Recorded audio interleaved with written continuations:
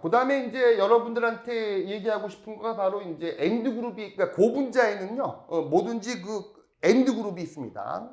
어떻게 보면 우리 인간도 보면 어디에 그 끝이 있잖아요. 손끝이 있고 발끝이 있고 이런 것처럼 고분자도 다 끝이 있어요. 그래서 고분자를 보통 막 이렇게 표시를 하게 되는데 이 고분자의 끝에는 항상 우리가 말단기라는 걸 갖고 있어요. 그래서 이제 엔드 그룹을 갖고 있는 거죠.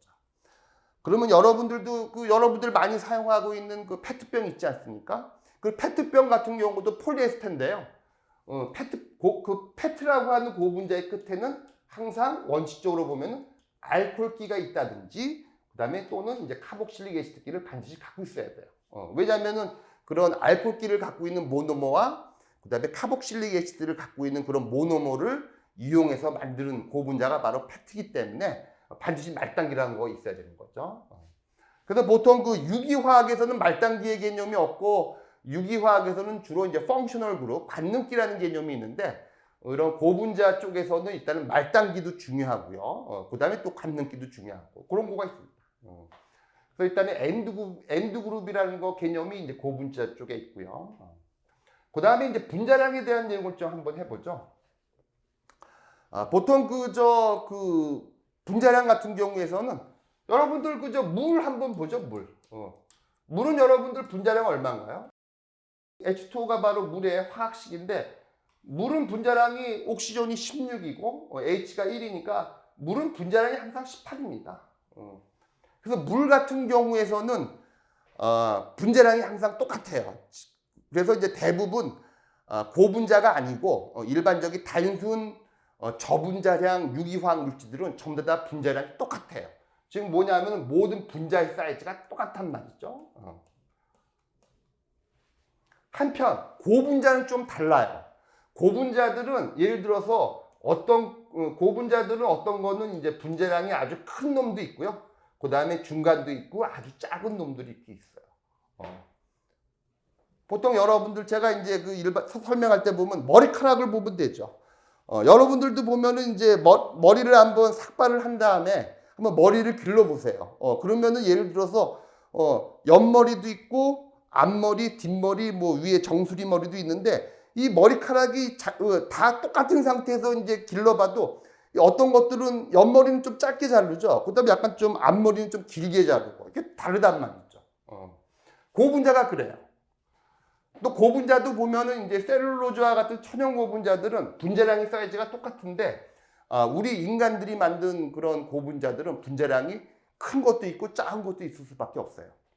그래서 그런 것들을 이제 분자량이 큰 거하고 작은 것들이 혼재하기 때문에 결과적으로 우리 고분자 쪽에서는 이러한 그 분자량이 크고 작은 것들의 평균을 낼 수밖에 없어요. 그래서 고분자 쪽에서 분자량이 얼마다.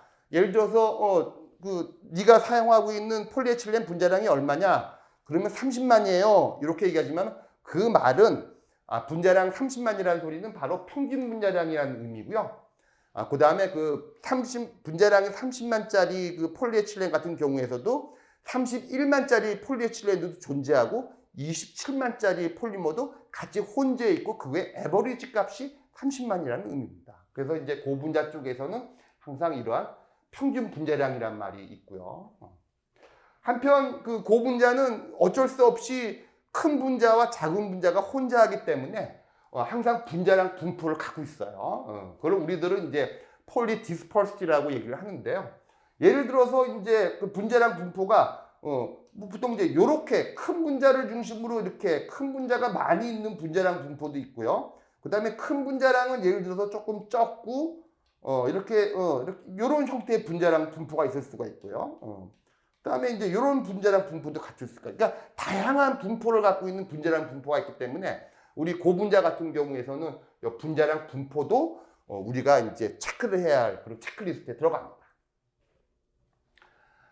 그다음에 이제 우리 쪽에서는 이제 중합도라는 말이 있는데요. 중합도는 제가 조금 전에 표현한 고분자를 표시할 때는 보통 이렇게 표시를 하고 이렇게 N이라고 표시하게 되는데 요걸 우리들은 이제 중합도로 얘기하고요. 또 다른 말로는 이제 반복 단위라고, 그러니까 반복도라고 합니다. 영어로는 때 리피팅 유닛이란 말도 쓰는데 요것도 우리들 쪽에서는 이제 평균값을 이제 보통 많이 해요. 그래서 이제 우리들은 이제 그런 중압도를 우리들은 디그리 오브 폴리메이제이션이라고 얘기를 하고, 요것도 우리들은 이제 에버리지 디그리 오브 폴리메이제이션 이렇게 표시를 합니다. 그래서 보통 이제 DP라는 표현도 쓰고요. DP라는 건 이제 디그리 오브 폴리메이제이션 중압도를 얘기하고, 경우에 따라 갖고는 위에다가 발을 이제 그어 놓게 되는데, 그 말은 평균이라는 걸 의미하게 됩니다. 그 다음에 우리가 그 중압도라든지 이런 거 할 때 보면은, 여러분들 그 평균을 내는 그 방법도요. 평균을 내는 방법도 그 수평균이 있고요. 그 다음에 이제 중량 평균이라는 것도 있습니다. 그래서 평균을 내는 방법도 두 가지가 있는데, 이제 수평균으로 이제 평균을 내서 우리가 중압도를 할 때는 넘버 에버리지 디그리 오브 폴리메이제이션. 요거는 또 이제 한국말로 하면 수평균 중압도라는 표시가 있는데, 우리가 이제 보통 이렇게 XN하고 이렇게 발을 긁어 놓을 경우에 요걸 우리들은 이제 수평균 중압도라는 말을 이제 이렇게 쓰고 있습니다. 그 다음에 이제 분자량 같은 경우에서는요,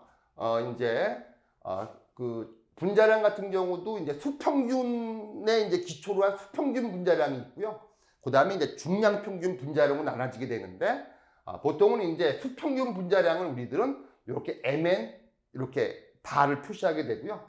그 다음에 이제 중량 평균 분자량 같은 경우에서는 MW하고 이렇게 발을 긋습니다. 그래서 요거는 조금 이따 나오니까요. 그때 다시 한번 얘기를 하게 되고요. 그 다음에 이제 고분자 쪽에서는 이제 그 분자량의 분포가 중요하기 때문에 항상 그 분자량 분포에 대한 정보도 이제 필요할 경우가 많습니다. 그래서 분자량 분포를 영어로는 Molecular Weight Distribution MWD라는 표현도 쓰고요. 또는 이제 얼마만큼 다 분산되어 있느냐. 그래서 이제 이런 것들을 이제 Totally Dispersed라는 그런 표현도 우리가 많이 쓰고 있습니다. 요거는 이제 추후 강의에서 계속 얘기를 하고 있고요. 그 다음에 이제 Molecular Weight Distribution을 이제 수학 확률적인 측면에서 이제 유도한 식들이 있는데, Flory Short Distribution Function이라는 거가 있는데, 이런 것들도 이제 추후에 강의 시간에 또 이제 제공을 하겠습니다. 보통은 우리 그 고분자 쪽에서는요, 보통 이제 분자량을 나타낼 때 이제 우리가 이제 폴리에틸렌 같은 경우를 예를 들면은 폴리에틸렌의 반복 단위는 이제 CH2, CH2가 되는 거고요. 만일 이제 중압도가 만일 100이다 그러면은 요거는 지금 요 가로 안에 든 요 그 원소들의 분자량을 다 계산해 보면요. C는 10이죠. 이거 14, 요거는 이제 12, 14, 이건 전체 28이 되는 거죠. 그래서 요 반복 단위에 있는 요 에틸렌의 원자량은 28이 되는 거고요. 요 28이 이제 만일 반복 단위가 100개가 있다 그러면 요거는 분자량이 이제 20,800이 되는 거죠. 이게 바로 이제 우리 쪽에서는 이제 간단하게 어떤 고분자의 분자량이라는 거는 M0, M0라는 거는 바로 요 반복 단위에 해당되는 이러한 구조의 분자량, 그게 바로 M0가 되는 거고요. 그 다음에 DP는 조금 전에 얘기했던 디그리 오브 폴리메이션을 곱하게 되면 우리가 이제 특정 고분자의 분자량을 우리가 계산할 수가 있습니다.